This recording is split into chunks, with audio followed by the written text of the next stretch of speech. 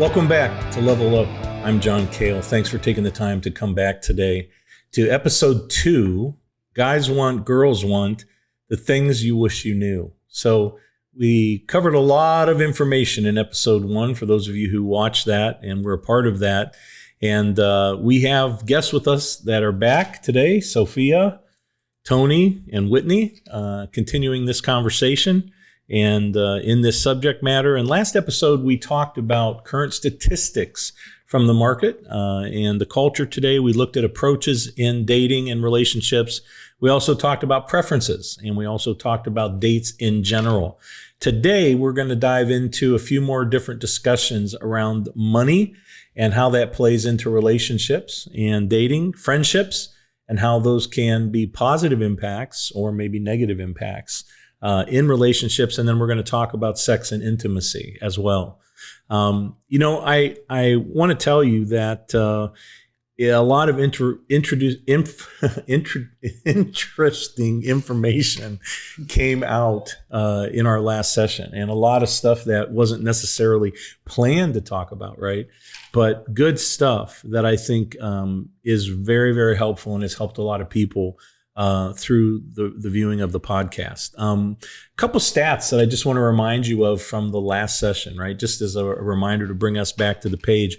75% of Gen Z are single. I know we were maybe a little surprised by that. And we talked about the fact that your generation is looking for something a little deeper, looking for somebody that has a personality and has maturity in a relationship, not just so much about the external look of someone. We also talked about that 79% of people in your generation are meeting in person, which I think is, for me, I hate going to the grocery store and self-checking out. I just don't like that. I mean, it drives me crazy, right? And this is all part of the not seeing people in person, right? I mean, I'm in the midst of doing some stuff with my business and looking at some stuff from a loan perspective, right? And it's all text, it's all email coming back and forth. There's no relational. And I literally told the lady, I'm like, listen, this is not a good thing because there's so many scams that are out there, like without looking somebody in the eyeballs and really being able to size them up in a way, you don't know if you're getting scammed or burned, right? So the fact that 79% of your generation meets in person, I like it. Because I just don't like the impersonalness of the way the world's going. That's just my own personal.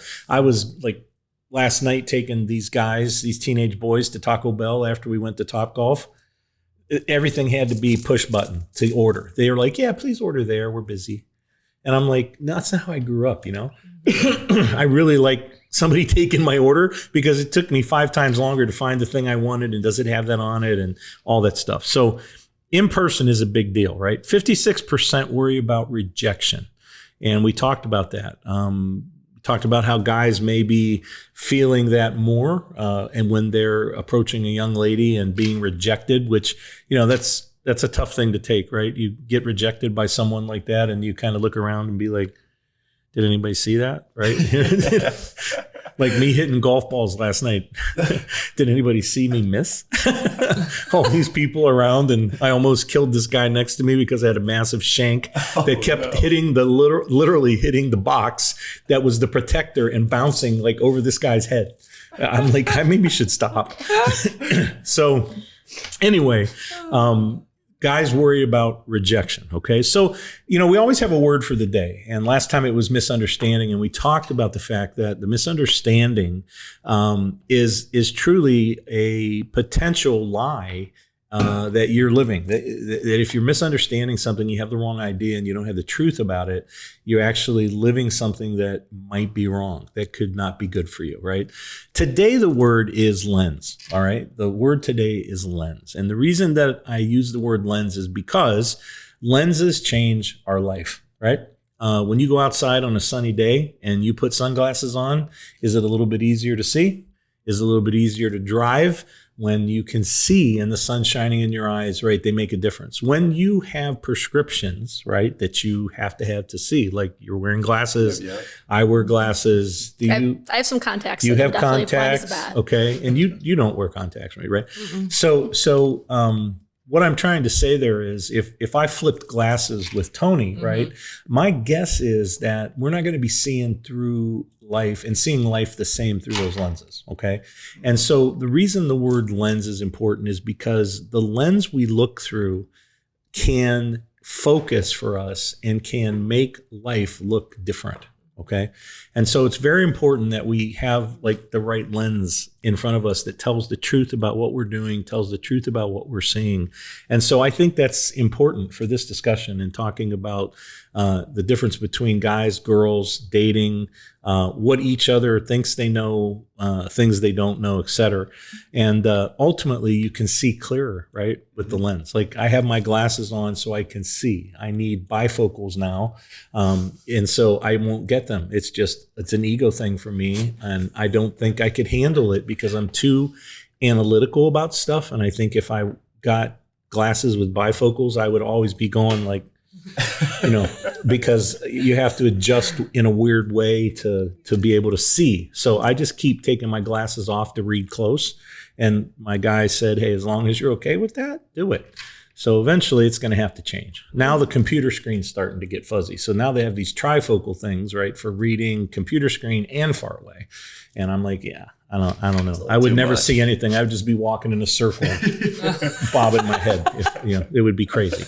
So anyway, I want to ask you guys what I would call the thing, right? A couple questions around the thing.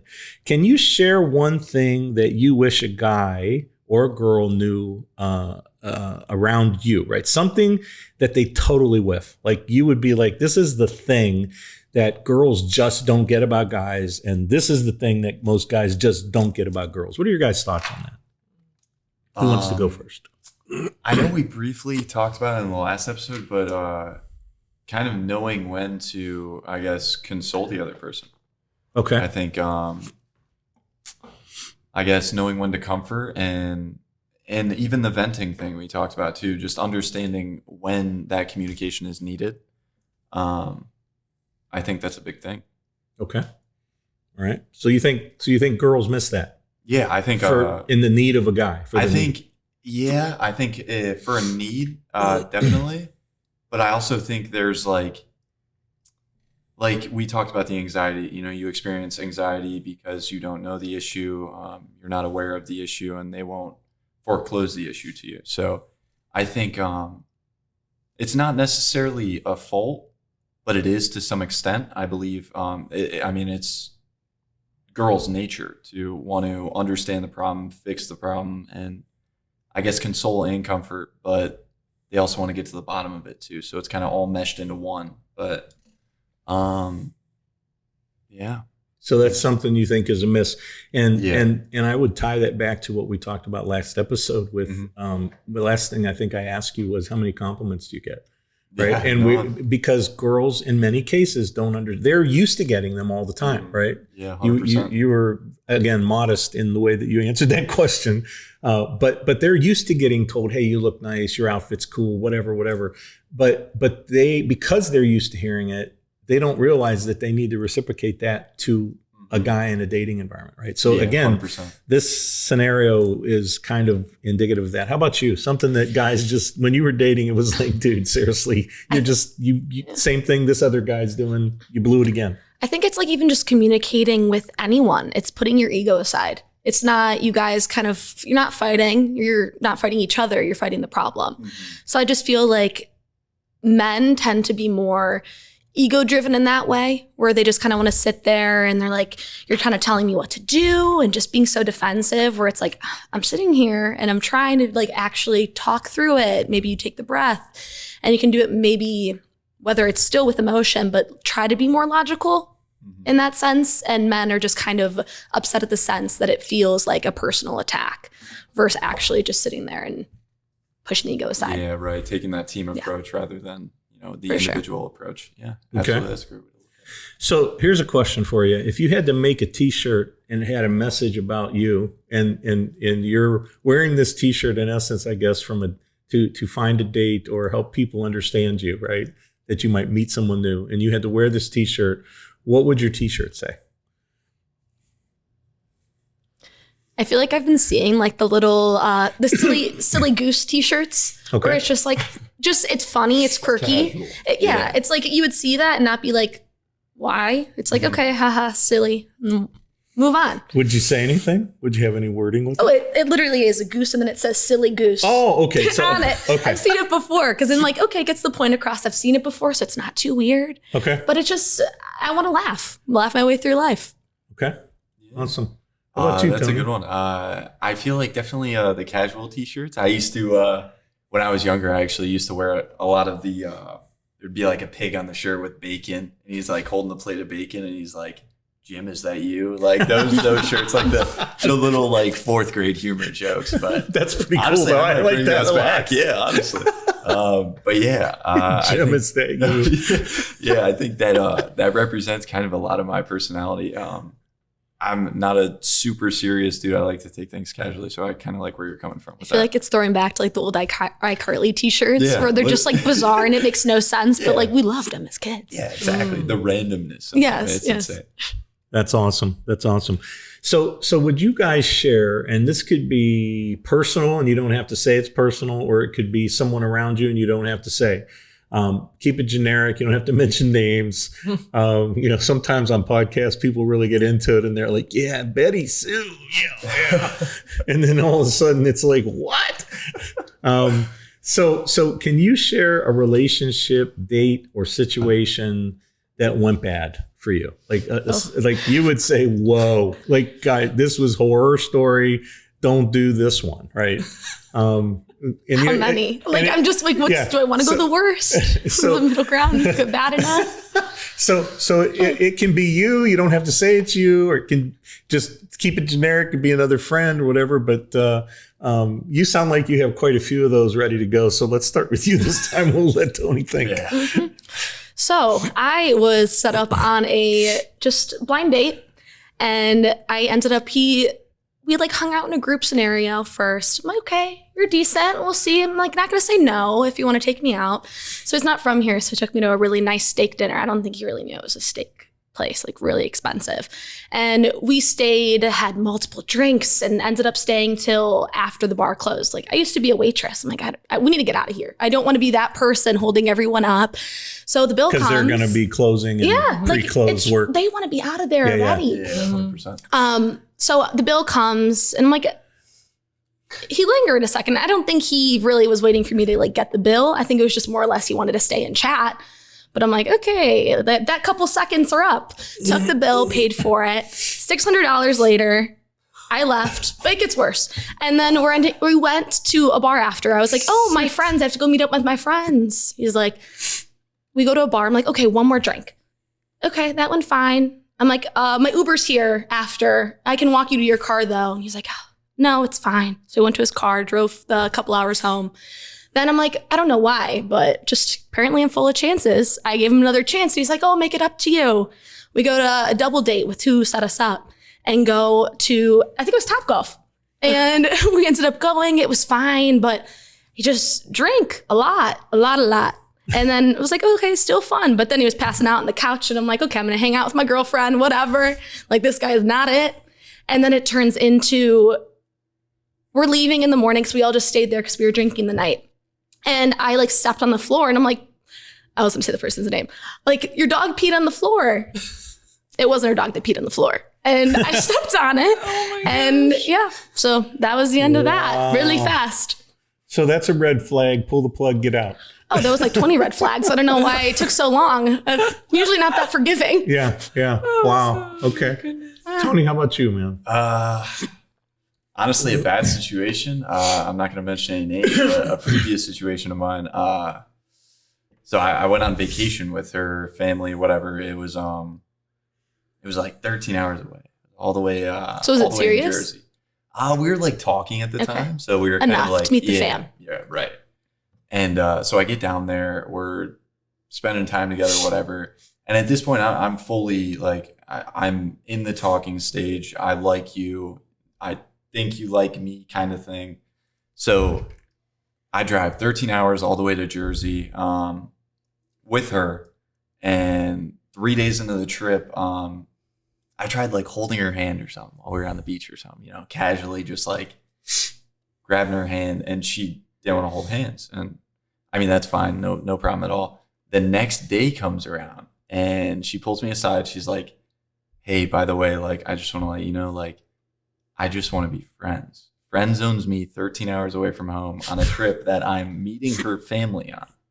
So you didn't know this? How many hours ago? Completely thrown off. The 13-hour drive, she couldn't have whipped that out on She was you? contemplating that's what I'm that, saying, I guess. right? Like, let me know a little beforehand. Or you like, you know, go into this as a friend. Wow. But yeah, I ended up leaving the trip a day early and drove back 13 hours by myself. If you would have known, you could have brought a friend. That's what I'm saying, right? Girlfriend. Exactly. A new Sydney girlfriend. Can you mind if I bring my girlfriend? It'd be a great trip. Yeah.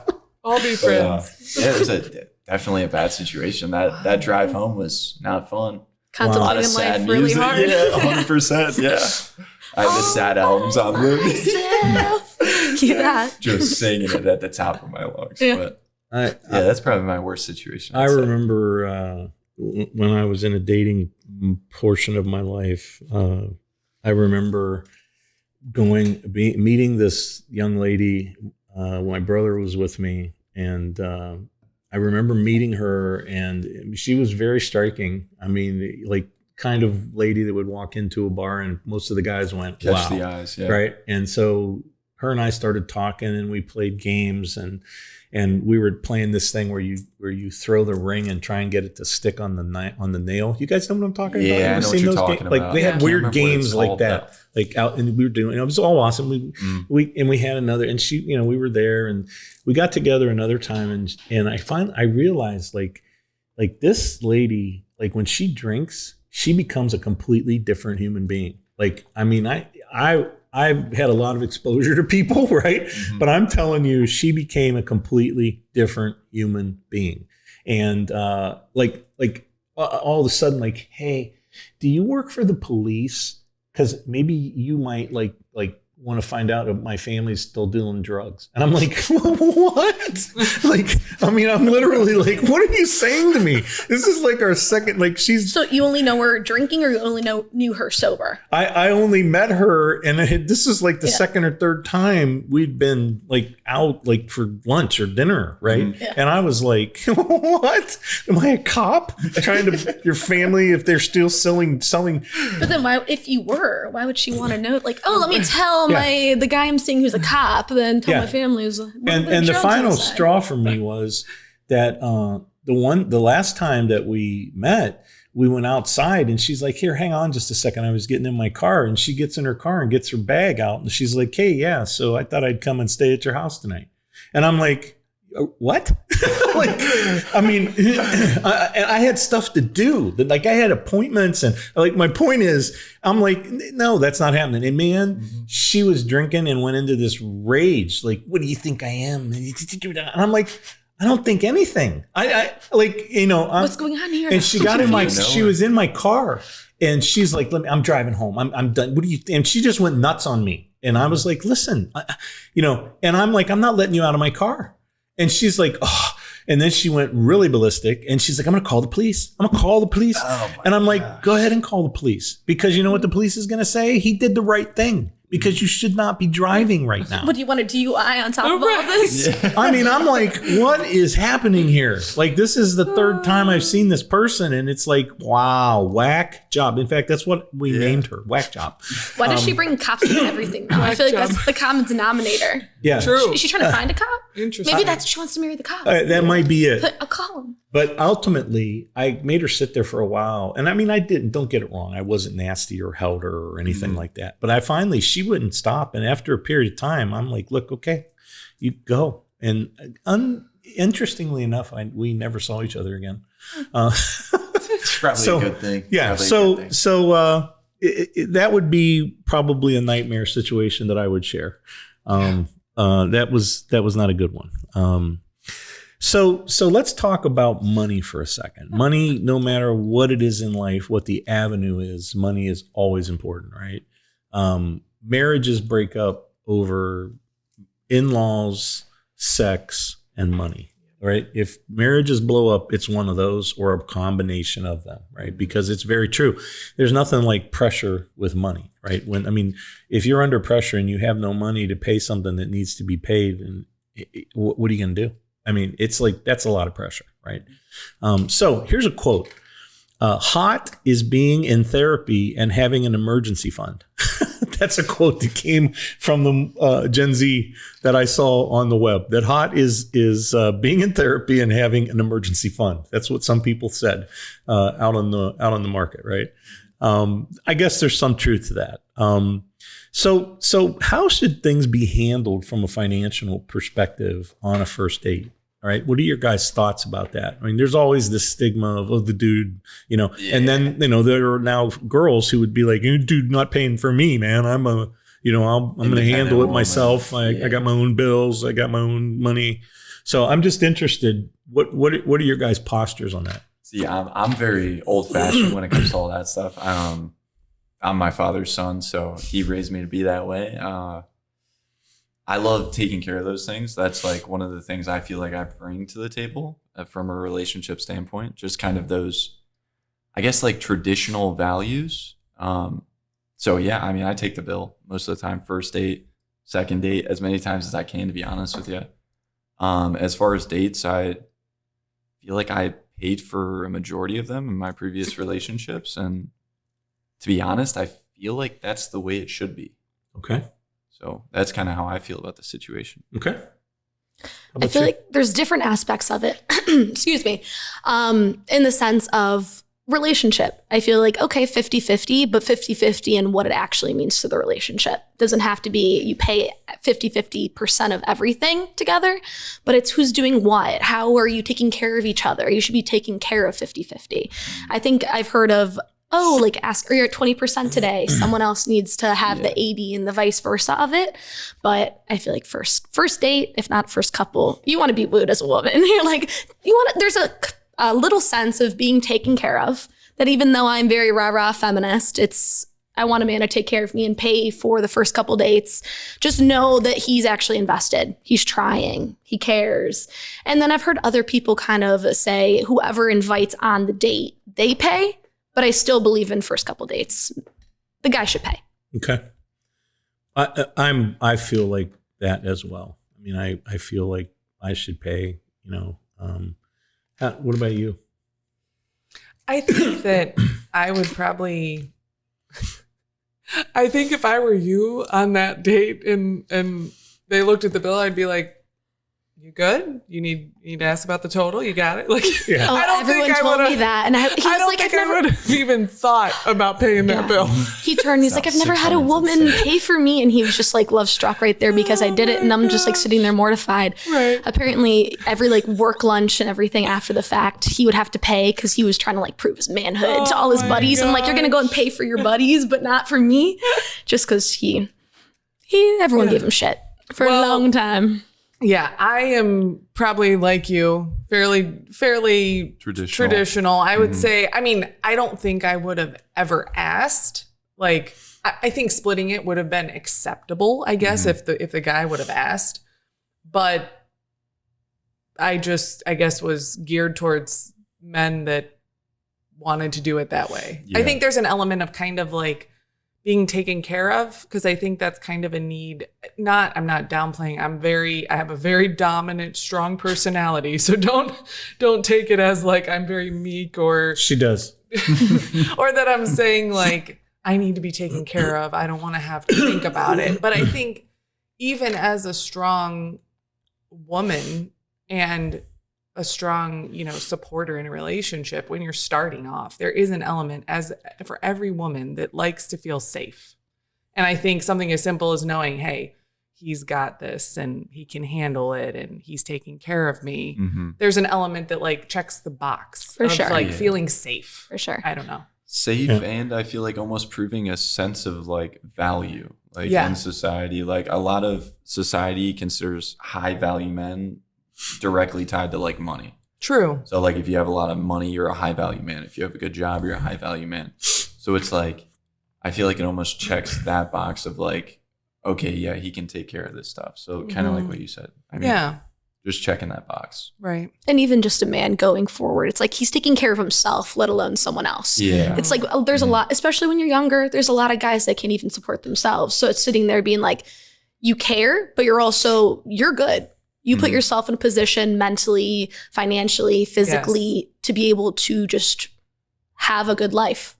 And I'm not a big person who's like, I need money.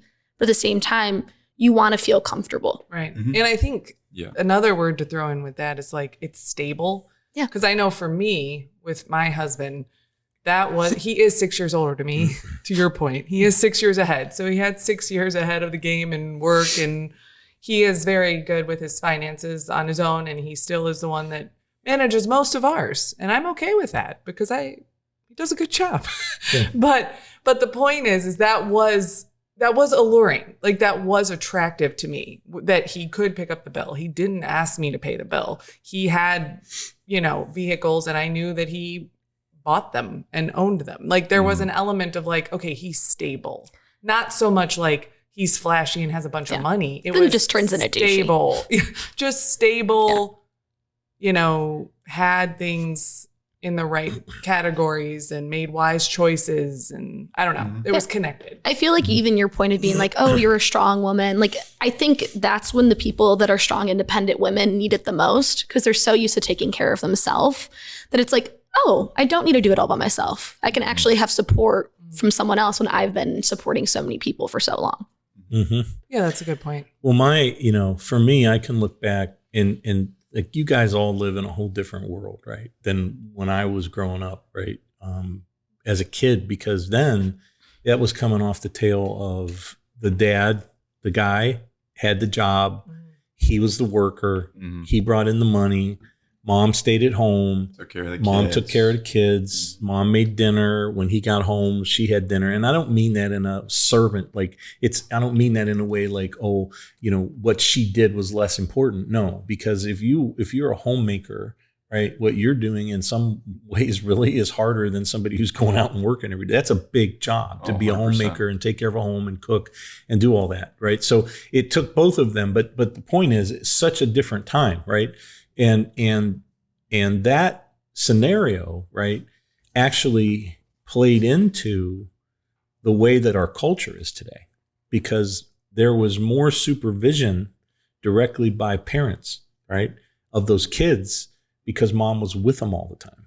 But there's no Ring doorbell. So there's like the give and take. Yeah. It's you were supervised more, but then now it's the tech or the different things that are keeping track of you. Yeah. What can you get away with then versus now? Especially it's like your dad would be like, back in the day, I did this and I got away and I was partying hard here.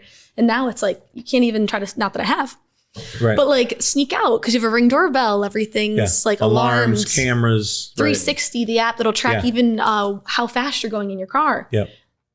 And that whole culture change, right?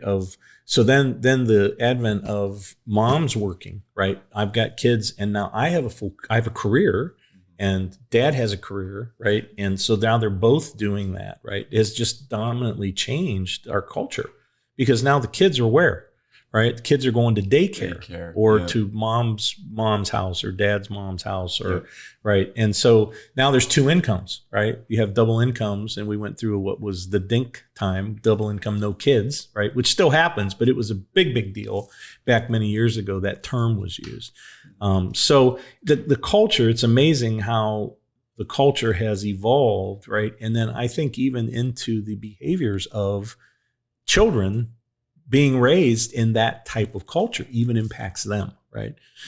So it's very interesting, all of these things, how they play together. We learn new things and we realize the evolution of how things change. Like when you guys add, 20 or 30 years to your age, right?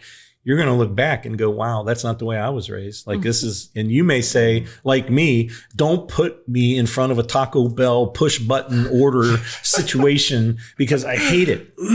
But listen, when I go to Giant Eagle and my wife is with me, She's like, well, here, we're going to check out. I'm like, see you, bye. I will not, I just leave and go outside. I cannot, it's against my moral. It's like, dude, I'm choosing to come here and buy my food from you. Why am I doing your job? Right? Yeah. Well, I don't get it. Why? Then last night, the lady literally at Taco Bell last night, literally said to me, I said, hey, are you guys taking orders here? Yeah, but we really would like you to go ahead and order over there because we're busy. We're busy. What? We're busy. You're busy servicing who? Customers? Oh, time out. That's me. I'm a customer. And you're telling me, I'm like, why am I, and everybody complained, right? Remember when they raised the money up and now minimum's $10.75 and it used to be way down and everyone was like, we'll never be able to pay. We'll have to raise all of our prices. Okay, well, guess what happened? Now you don't need people to take orders. Well, no one can find workers. Yeah. It's a full circle moment. I feel like true. The ongoing bit is like it's an overcompensation to what the previous generation had and what the flaws of the younger generation sees. Yeah. They try to overcompensate and fix it. And then it's the next generation to sit there and be like, okay, this is what came bad of it. And usually it's an overcompensation, not just a slight adjustment. Mm-hmm. So it's just this ongoing cycle of I wasn't raised this way, or now I'm fighting against tech. And now it's like, we're used to tech. But where is that evolution going to go? Where now maybe the evolution is a whole swing back to human interaction because maybe we're going to sit there and be like, I can't do tech. Or the next generation, I can't do tech. So no, back to human. Yep. Right. Which back to human is happening in this whole discussion. People are coming back to, in your generation, they've went through the dating, they've went through the social, and they're like, hey, you know what? They're meeting in person. 100%. Right? So I can see what I'm getting into. So let me ask this. If somebody were to spend money on you for a gift, what would mean the most to you? Like what kind of a gift, or could someone do something for you that would mean the most for you, Tony, and for you?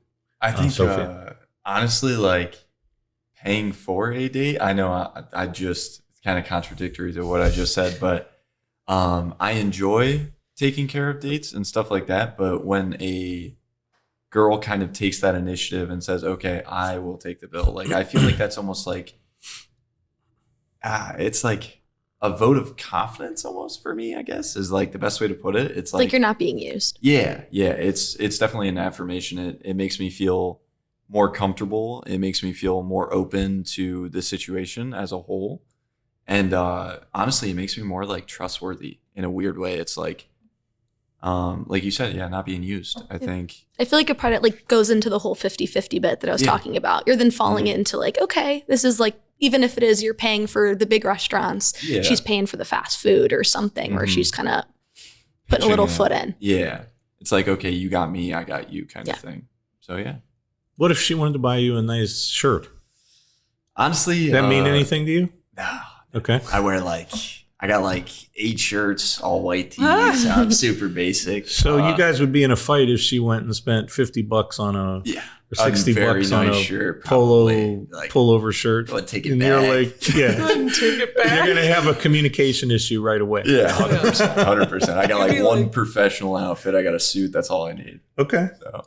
How about you, Sophia? What kind of gift is? Yeah, I feel like it all kind of comes down to, even on first dates, I always ask, what's your love language? And then kind of stemming the rest of the relationship off of that. Because you've come to realize where it's like quality time is mine, but I like spending money on like trips and things like that because that's mine. I expect other people to have that same, like the vice versa too. It's what you think is norm. Yeah. So then I ask them, I know what I want. So in that kind of aspect, I know my partner, both of our love languages are the same, which is lucky, quality time and physical touch. So even in the sense of just having like I've done it before where I set up a movie outside and then I had a blow-up air mattress in our backyard where I was like, okay, you sit there and you have that quality time and you can watch a movie and it's something cutesy, like rom-com-esque. And it's kind of a little above and beyond. Or I'll set up a little trip. I just took my boyfriend to Hocking Hills for his birthday. It's a good spot. Yeah. So it's one of those things where it's like you have that quality time and just putting that foot forward to know his needs, what he would actually like, not what I just think I would like. Mm-hmm. Mm-hmm.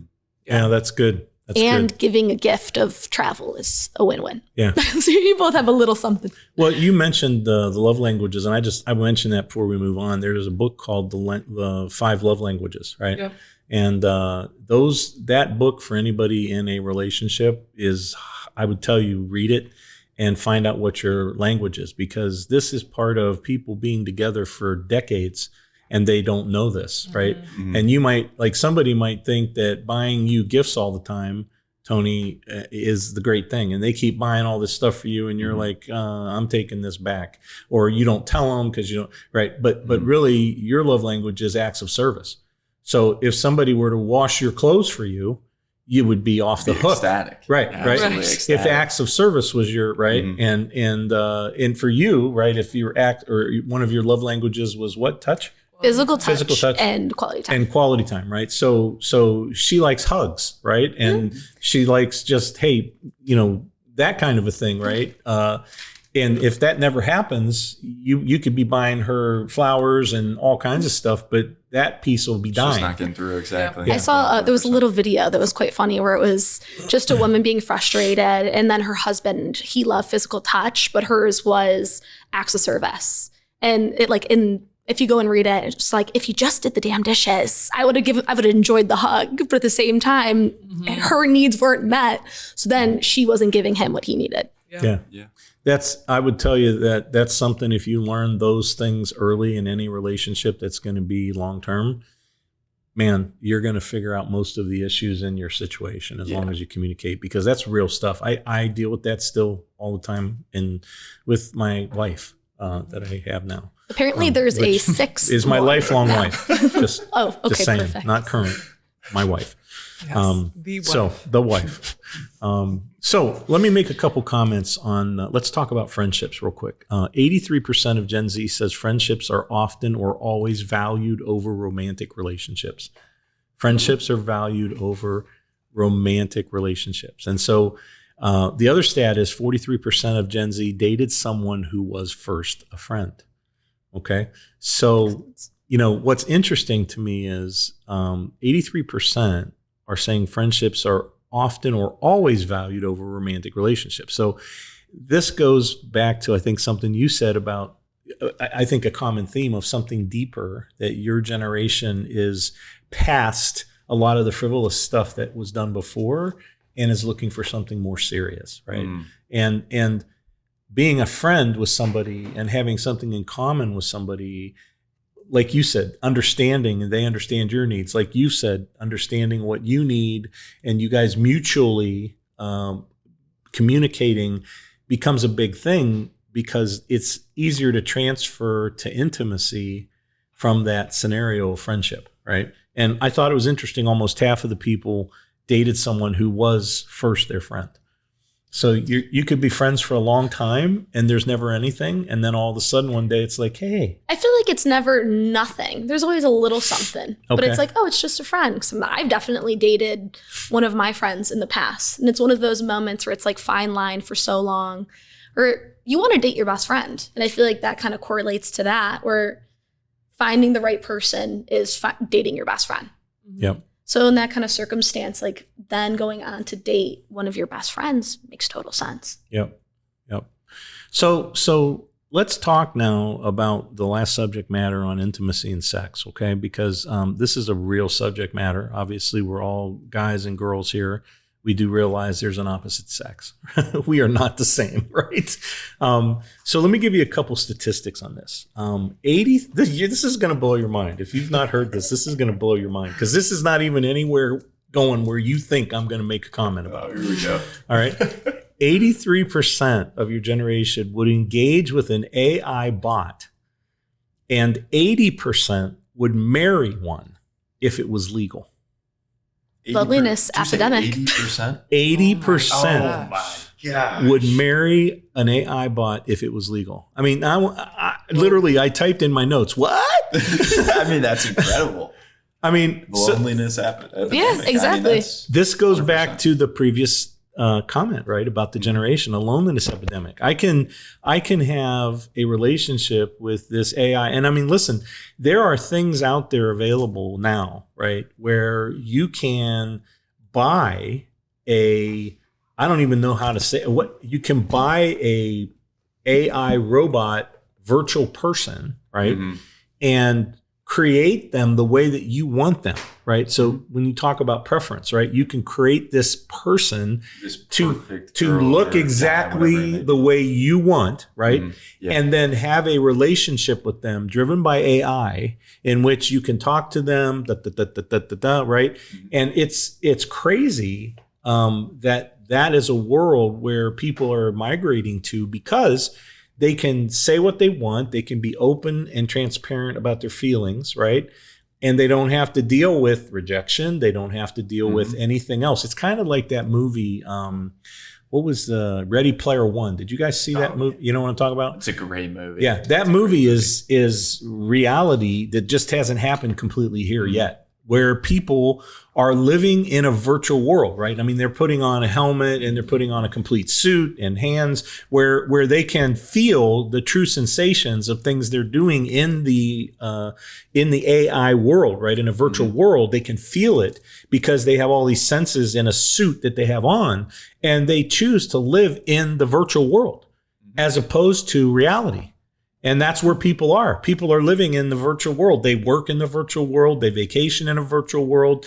And you might think this is crazy, but 2 years ago, I heard of people buying property in the virtual world. Like, I'm going to buy this condo in the Bahamas on the beach in the virtual world. Why? People kind of thought it was like a different type of crypto of like, how do you make money next? Anything online, and it disappears. And you're like, oh, shoot, spend thousands there. Yeah, because you want to go to the Bahamas on a virtual trip and you're going to want to be in a place. And so you're going to rent my virtual condo on the beach. I mean, it's unbelievable, right?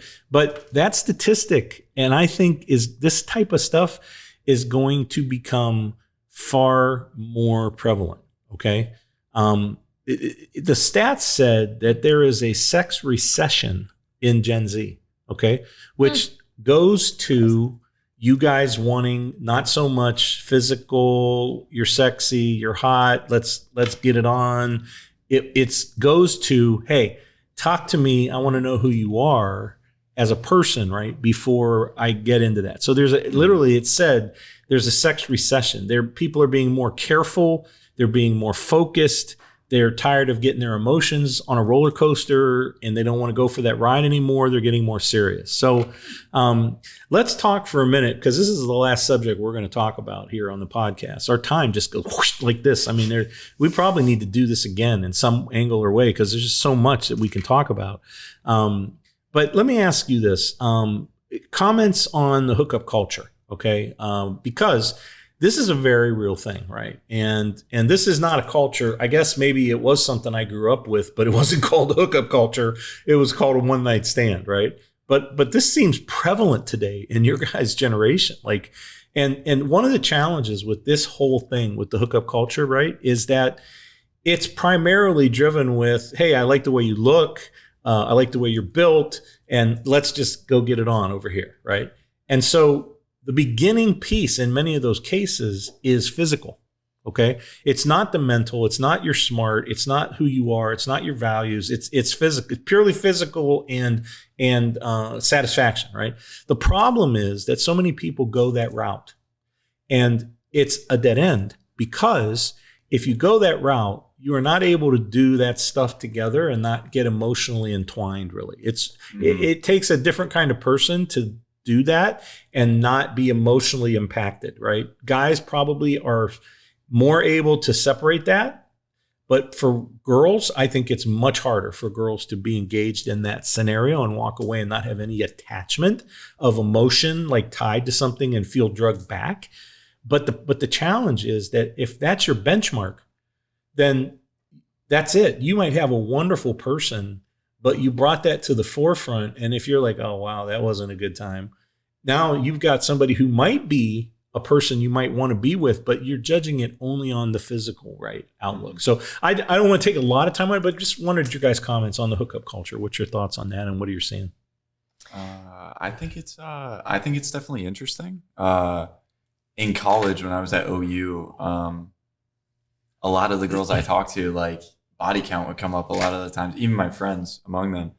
And their body count would be like 17, 18, 19. And like mind you, this might be oversharing, but I only have 4 bodies in my life, 2 of them, which were longtime girlfriends. So it's like, I never really engaged in that. And I see why people do. And I think it is because of that loneliness epidemic. And I think they are kind of looking for, an outlet to connect to and to kind of, I guess, feel that even just a little bit, just that sense of like love, passion, that connection you do feel when you do get intimate with someone. And I think it's a big thing nowadays because of that loneliness epidemic. So I think it's an interesting thing to talk about, but I think it is super duper prevalent, especially with all the dating apps and kind of where society's going with it. So. Well, and I want you to say something here, but I just want to say that it's a dead end, right? There's no, it's like, I would compare it to like when I sold my company, I bought, new vehicle, right? So I bought it. I got a Corvette C8. It was like, look at this car. Oh my gosh. Like, sweet ride. And you look at it and you're like, I told my son, Denton, don't walk near it. You're not allowed to take anything out around it. If I see a fingerprint on it, like, Denton, what did you do to my car? Right. But my point is, it's a thing, right? And after a couple months, it's just a car. It doesn't bring satisfaction, like inwardly and really fulfill you. There's a difference between I'm happy and do you really have joy, right? Joy radiates way deeper in your being. Happiness is more of a surface thing that happens on a daily basis where you can you feel good, right? But my point is, it's kind of like that, right? You go through and you have the body count, right? And all of that's great. And this is wonderful for now. And then all of a sudden it becomes just another person that there's no connection to, which drives the epidemic. Right. Yeah, 100%. So just a little perspective. Go ahead. I think the big thing is just humans want connection. So whatever capacity you're able to get that connection at, you're going to go for. So it's good. I don't think even though like one night stand culture, hookup culture is a thing, I feel like our generation's more in situationship culture, which is like, you're not going to fully date them, but you're going to be in this gray land where I'm not going to get too serious. We're still open with other people, but like, you're not my boyfriend, or I can go see someone else. And this kind of like gray, murky bit kind of makes it tough, but you're not fully able to say, hey, you're going to see someone else and it hurts my feelings. Well, we're not together. And I feel like a lot of my friends are kind of in this middle gray kind of land. And it could just be because they need the connection in the time frame they're waiting for till they find the one, which I think is okay. Go, adventure, find, meet people. But then there's also the other side where they don't have the emotional capacity to be able to do more than that. So I feel like that's where there's the two aspects of, you can break it down even more. Is it you're just waiting until you find the right person and you're getting your needs met? Or, hey, I'm sitting there and I'm not mentally not mentally there, don't have the capacity, don't know how to take care of myself, let alone another person. Yeah, I think you said something really key there, that I don't have the mental capacity. And I don't mean that they're, like challenged or have issues mentally, but a lot of times, there could be there's a big difference between you as 25 and a lot of other people I've met who are 25. You seem like you're kind of an old soul. And I don't mean that in a bad way, but you seem like you seem mature and beyond your years in the way that you think, right, as a young lady, compared to a lot of 25-year-old people that I've met, right? And so maturity is a big thing. You could be 30 and not be ready to deal with something, is what I'm saying, that somebody who's 25, just because you're that age doesn't mean you're mature. For sure. It comes down to your quote. You don't know what you don't know. If you don't know how to communicate, you can't then grow. You can be in a relationship, but doesn't mean it's a healthy one. I've met 50-year-old people who aren't mature. And I don't say that as a egotistical looking down, hey, you're not mature. Because I'm, like a 19-year-old most of the time. But I just, I tell people all the time, look, the difference between me now and when I was 20 is that I make myself do things I don't want to do. It's that simple. That's the difference between my age now and then. I have to be super responsible. And there are things every day that it's like, I don't want to do this, but you have to discipline yourself to do it. That's it. That's the only difference. And, oh, by the way, I can't do the things I did physically, like, play full court basketball games because I have a blown out knee and that kind of stuff. But you get what I'm saying, right? I mean, it does happen. So that's, I think what you guys are talking about is the difference between like different levels of maturity, like emotional maturity 100%. is, that takes a lot of time. Work. And how did you, and the other thing is, how did you get to that emotional maturity? Did you get it by the culture painting that picture of what it means? Right. Or was somebody teaching you how to be emotionally mature about these things in life? Well, like the lenses, like what you said about the lenses. Yeah. You were like, oh, your lenses and how you see things is different than how her or I might see things. And so it made me think that when you're a child or you're a young adult or whatever, sometimes someone's giving you your lenses. Like you're not getting the eye exam saying, hey, 1 better, 2 better, 3 or 4. Okay, now 4 or 5, or, when they do your eye exam, like you're not picking. Your parents or whoever your guardian is or whoever's raising you, they're giving you your lenses like out of the gate. Yep. So you might not even have a choice how your framework started, I guess. That's really good. Yeah. That's a really good I feel point. like even you saying you don't have a decision on how your framework started is a great like jumping off point, because you can't decide that. You're given that. But then how you then take it is everything. That's all on you. So it's like, I feel like looking back at even like family and friends, I don't have that many people that I'm like, I want their love life. Even if they give me advice, I'm like, okay, thank you. But at the same time, that's not what I'm looking for. Yeah. I don't want to model that. Yes. Yeah. So it's then after that, you're sitting there and you're thinking of, I've had different experiences, different serious relationships. And I was definitely wrong in a bunch of them in different ways. And they were too. But I feel like I've gotten better. And you just kind of go up the ladder of trying to learn from past experiences, or it's a wash and it's just worthless. Mm-hmm. Why were you there? Yep. If you're not learning anything better. And I feel like even just taking that emotional next step of even understanding, and how we were talking like previously, like my boyfriend and I have different like left brain, right brain. And then he's explaining something to me and I'm like, what? Like you have to understand, you have to explain it. You can't just say it. So it's one of those things where it's like looking back, you have to go full circle. And then I'm like, okay, we think of things differently. Explain it in different words. Dumb it down. He's an engineer. I'm like, I don't understand. Yeah. So that makes sense. The point being, what you were given, okay, great, that was given. But then what you do with it, all up to you. It's, I think, to kind of like paraphrase that, it's almost like the self-reflection kind of aspect of things. Like, in previous relationships, one thing I found that was super helpful was having each partner state what they did wrong. Like personally, what I did wrong. Like you cool down, you have the conversation, whatever it may be, and you say, okay, here's where I went wrong. I see this.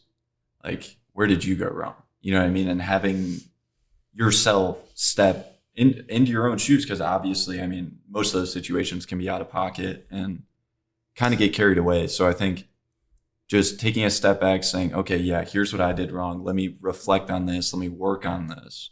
Both taking accountability kind of makes you both take a step back ego-wise. Yeah, 100%. It's not one person's fault. Exactly. Mm-hmm. Even if it is just understanding. Yeah. I didn't understand. Yeah. Leave it.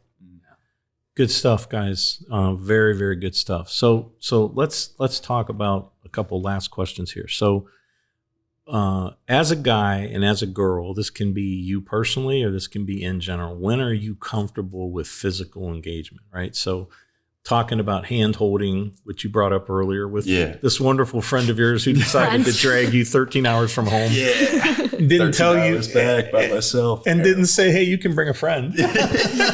We're all friends. Yeah, right. So maybe you try hand holding a little earlier on now. I guess. Before you get in the car and go on the trip. So hand holding, kissing, touching, and full blown sex, right? So what are you seeing? What are your thoughts around that? Because we've really addressed a lot of this through the podcast, first episode and second, but what you guys are seeing, what your thoughts are around it, I think are important for people who are watching, because they're going to have all kinds of different ideas and associations with it as well. So who wants to tackle that one first? I can go ahead and tackle that one. Okay. If you don't mind. Honestly, I think I've taken a step back from the hand holding. Yeah. It's kind of, maybe not my calling, but I think kind of over the years, I've gotten better at reading the situation and kind of just reading their comfortability and stuff like that. And I think that has kind of propelled me to just read situations better overall. I mean, emotionally, if they're comfortable around me and I can have a conversation, like smooth as day with them, then I know they're probably comfortable with me holding their hand. Okay. If it's, nothing really past that. As far as like sex and stuff like that, I prefer to be dating most of the time. Obviously, like I said earlier, I'm not into like the whole hookup culture or anything like that. In dating, when you say dating, do you mean months? Yeah. Weeks? Yeah, probably. Talking phases kind of vary. I've had relationships where it's 3 to 4 months, 5 months even talking phase, and then we say, okay, we're at a position where I feel like I know you, you know me. Let's try this thing out as a team. And I feel like it varies depending on person and the relationship as well. My previous relationship, it was 2.5 years. We only talked for a month and we were like, okay, yeah, like I'm pretty sure about this. And we started getting physically intimate basically right after that. So I think boyfriend and girlfriend's definitely a time for, I feel like, all that stuff to happen. Anything before that kind of almost stains it, I feel like, in my personal perspective. It definitely hinders it, I feel like. Okay. So. Okay. Miss Sophia? Oh, so many different ways to go about it. I would say I feel like it's very like go with the flow. I feel like I'm sitting there and I'll go on a date and like if someone holds my hand on the first date, I can then sit there and okay, I'll hold their hand, or then I'm like, okay, this is kind of getting weird. You feel the vibes out, you feel the connection. And then even when it comes to like, okay, having sex, I'm not necessarily a proponent of having sex right off the rip. I have sex when it has to like intertwine with connection. And I'm not going to know that for a little bit. So I feel like even if I'm willing to then see this person, date for a couple weeks, a couple months, and I see something going with it, then I'm like, okay, like I'll sleep with you. And I would probably do it. It takes me probably like 4 to 6 months to actually date someone because I'm the type of person I'm dating to then marry. Mm-hmm. So I really have to know that that's the right person. And they're better than everyone I've ever had because I don't want to ever sit here and I don't want to think about anyone else. I don't want to question 100%. Anything. So once I get to the point where I'm like, I'm even dating them, I'm like, I'm locked in. Mm-hmm. So even in that kind of circumstance, I don't necessarily jump into bed right away. And I feel like that sets the tone of how we were talking about like hookup culture, one night stands. A lot of people do that in the first date. I have girlfriends that are like, oh, I slept with him on the first date and he didn't call back after. It's 9 times out of 10 just because that's what they were wanting. But at the same time, if you hold out, you can then sit there and figure out intentions, who they really are, what you want yourself and what they want.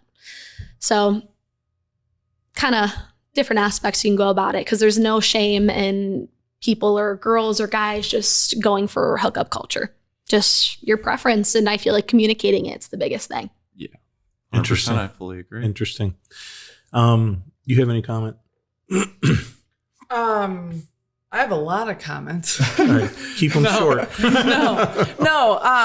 Yeah, I can keep them short. I think that coming from like the back end or the front end of this, I don't know. Am I on the front end of being married? Am I on the front end of this? I don't know. You're still young. Yeah.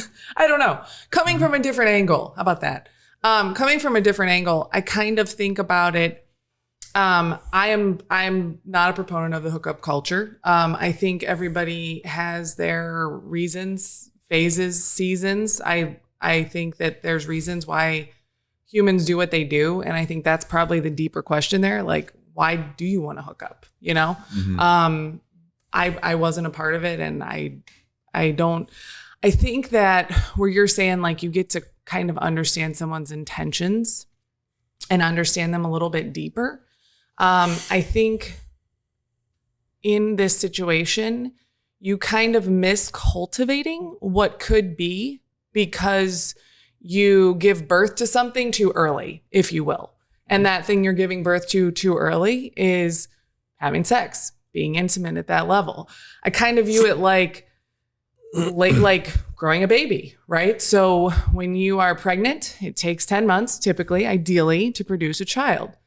And if we were to, so to speak, abort that mission too early, and maybe, God forbid, there's a trauma or something happens, the baby's born prematurely. When babies are born really preemie, we miss a lot of development, things that are huge, right? And so I kind of like parallel it in my mind. I'm not speaking, I'm just saying this is how it is for me in my mind, is I kind of parallel that to we miss cultivating something that we could have had because we've given birth to it a little too soon. And then it can create complications, right? Like value issues. What were their intentions? Oh, was I not good enough? Oh, am I the problem? Why didn't they call back? Oh, self-esteem. Like, I just think being on the same page saves a lot. It's just, it can be tricky to navigate that. So, I think it's just be gentle and be very picky with what you give your heart to, because there are things that happen during those moments that you might not even know are happening. So, Well, it's a lot of very interesting perspective. And, as we wrap up this session, I really am telling you, like, there's so many things that we brought out that weren't even really planned to be brought out, but I think we're supposed to, right? And I think it's good stuff, a lot of angles and things to talk about. And maybe there's additional things that we can come back to. I want to just give you a perspective on something that I think is an interesting perspective. And that is this, that because something is old or out of date and is from the past, doesn't mean it's not relevant, right? I think about lots of cars that I watch on these making auctions, and I like cars, right? So I watch these guys buy cars, and I like the new cars. I like fast technology, right? But I also like some of these older cars that were built a long time ago that are worth a lot of money, and there's a lot of value. And in many cases, a lot of people who are car collectors actually like those kind of cars more than newer ones, right?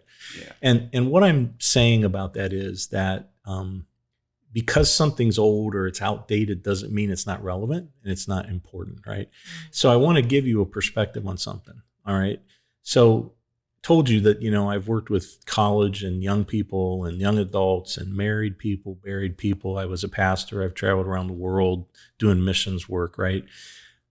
Let me give you a perspective. A lot of people out there probably won't believe this, but I want to remind you that God actually made sex. The beginning of it was him, okay? He created the first man and woman, right? Adam and Eve. And I was telling Whitney on the way up here, I'm like, imagine what Adam and Eve looked like. Right. Perfect. I mean, seriously, imagine what they look like. They were probably smoking, right? Because God created them, right? So I want to just say, for a lot of people out there, you may not understand and realize, like, you think about God or church and you think about, in sex, these things are like late, right? But here's the issue, right? This is what's really important to realize. First of all, he made it, right? Second of all, not only did he make it, but he made the desire, right? The fact that it's a big deal, that we notice that a female is, we look at her and are like, whoa, right?